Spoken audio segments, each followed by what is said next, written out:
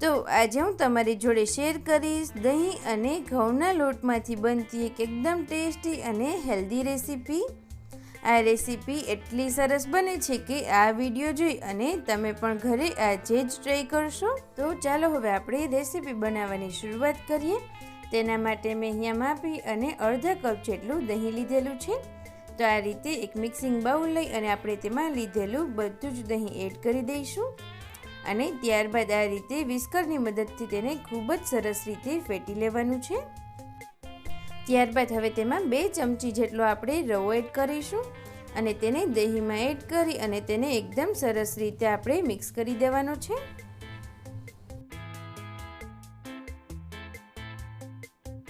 રવો અને દહીં સરસ રીતે મિક્સ થઈ જાય ત્યારબાદ તેમાં એડ કરીશું 10 થી 12 લીમડાના પાન, જેને મેં આ રીતે નાના કટ કરી લીધા છે।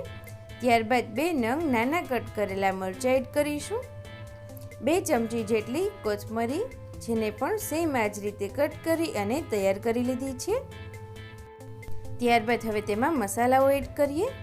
હાફ ટેબલ સ્પૂન જેટલું આપણે નમક એડ કરીશું, 1/4 ટીસ્પૂન જેટલી હળદર પાવડર, હાફ ટેબલ સ્પૂન જેટલું લાલ મરચું પાવડર એડ કરીશું અને હવે આપણે એડ કરેલી બધી જ સામગ્રીઓને એકદમ સરસ રીતે આપણે મિક્સ કરી દઈએ। બધું સરસ રીતે મિક્સ થઈ જાય ત્યારબાદ હવે આપણે મેઇન ઇન્ગ્રેડિયન્ટ એડ કરીશું, જે છે ઘઉંનો લોટ। મેં અહીંયા 1 કપ જેટલો ઘઉંનો લોટ લીધેલો છે, જેને આપણે દહીંના મિક્સર જોડે એકદમ સરસ રીતે મિક્સ કરી દઈએ અને આ સમયે આપણે જરૂર લાગે એ રીતે પાણી એડ કરતા જઈશું અને ખૂબ જ સરસ એવું તેનું બેટર તૈયાર કરવાનું છે। તો આપણું બેટર સરસ રીતે તૈયાર થઈ ગયું છે।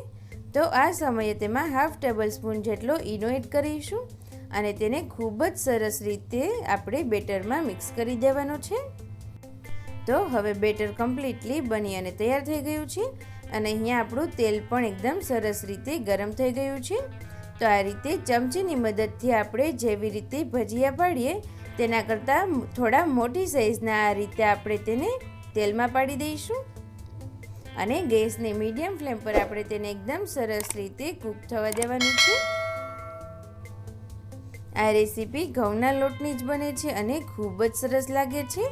જો તમે ક્યારેય આ રીતેની રેસીપી ઘરે ટ્રાય ના કરી હોય તો એક વખત જરૂરથી કરજો, ઘરમાં બધાને ખૂબ જ ભાવશે।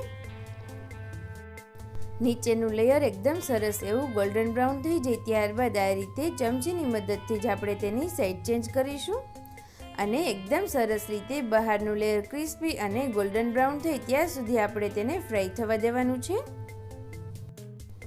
તો હવે તમે જોઈ શકો છો બંને તરફના લેયર એકદમ સરસ એવા ગોલ્ડન બ્રાઉન થઈ ગયા છે। તો આપણે તેને આ રીતે હવે ગેસની ફ્લેમ ઓફ કરી અને પ્લેટ ઉપર લઈ લઈએ।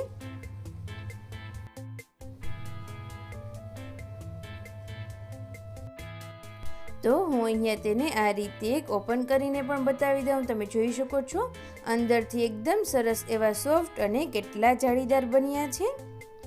મેં તેને અહીંયા ટમેટો કેચઅપ અને ગ્રીન ચટણી જોડે સર્વ કર્યા છે। જો તમને ચા જોડે ફાવે તો ચા જોડે પણ આ રેસીપી ખૂબ જ સરસ લાગશે।